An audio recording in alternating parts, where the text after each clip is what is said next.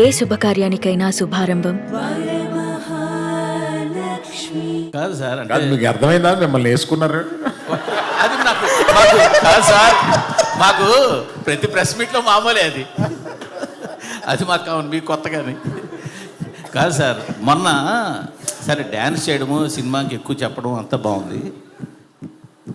Continue 2 సార్లు కొంచెం మాట గబుక్కుని పడిందేమో మీ నోట పొరపాటున. అది ఎక్కువ సోషల్ మీడియాలో ట్రోలింగ్ వైరల్ అవుతోంది. అది మీకు గమనించారా? మీ దృష్టికి వచ్చిందా? బాగా గమనించానండి. మరి దానికి మీ కామెంట్? అంటే నో కామెంట్స్.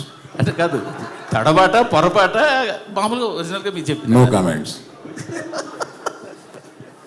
ఇంక నో కామెంట్ అన్న తప్ప పొరపాట. సరే పోలేండి, మీరు నో కామెంట్ అన్న క్వశ్చన్ అడుగుతా. ఇది మొదట మీరు చూసినప్పుడు ఇది సబ్జెక్టు అంత వేయబుల్ కాదు అని మీరు అన్నారని వాసు గారు చెప్పారు.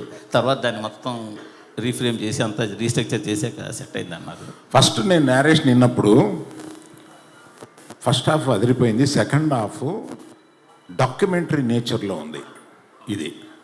అందుకని ఆ కథ కొని ఒక రైటర్ దర్శకుడికి ఇస్తేనే ఇది పని జరుగుద్ది. అందుకని రైటర్ కమ్ దర్శకుడిని ఎతికి ఈ కథ ఇచ్చి వర్క్ చేసి మనం డెసిషన్ తీసుకుందాం. ఇప్పుడు ఆయన అడిగిన డబ్బులు ఇచ్చేసి ఆ కథ తీసుకోండి. ఇది కాకుండా ఏ జైలుకి 22 మంది వెళ్ళారో వాళ్ళందరి దగ్గరికి వెళ్ళి చేరి అది మేము సినిమాగా తీసుకోవడానికి రైట్స్ తీసుకోండి. ఇతను కథ రాసేస్తే ఈ కథ కొనుక్కుంటే మనకి పని అవ్వదు. అందుకని వాళ్ళందరి దగ్గరికి వెళ్ళి వాళ్ళందరి దగ్గర నుంచి రైట్స్ తీసుకుని వచ్చి ఇప్పుడు అవన్నీ అయిన తర్వాత చందు గారిని రిక్వెస్ట్ చేశాం. ఈ సినిమా టోటల్గా వెళ్ళిన 22 మంది కాకుండా టోటల్గా 30 మంది దగ్గర నుంచి ఈ రైట్స్ తీసుకోవాల్సి వచ్చిందండి. తీసుకున్నాం ఫర్ అవర్ సేఫ్టీ. అది చందు గారు దాన్ని ఏదో నేను తీసుకుని 2 నెలలు చందు గారి దగ్గర ఒక గొప్పతనం ఉంది.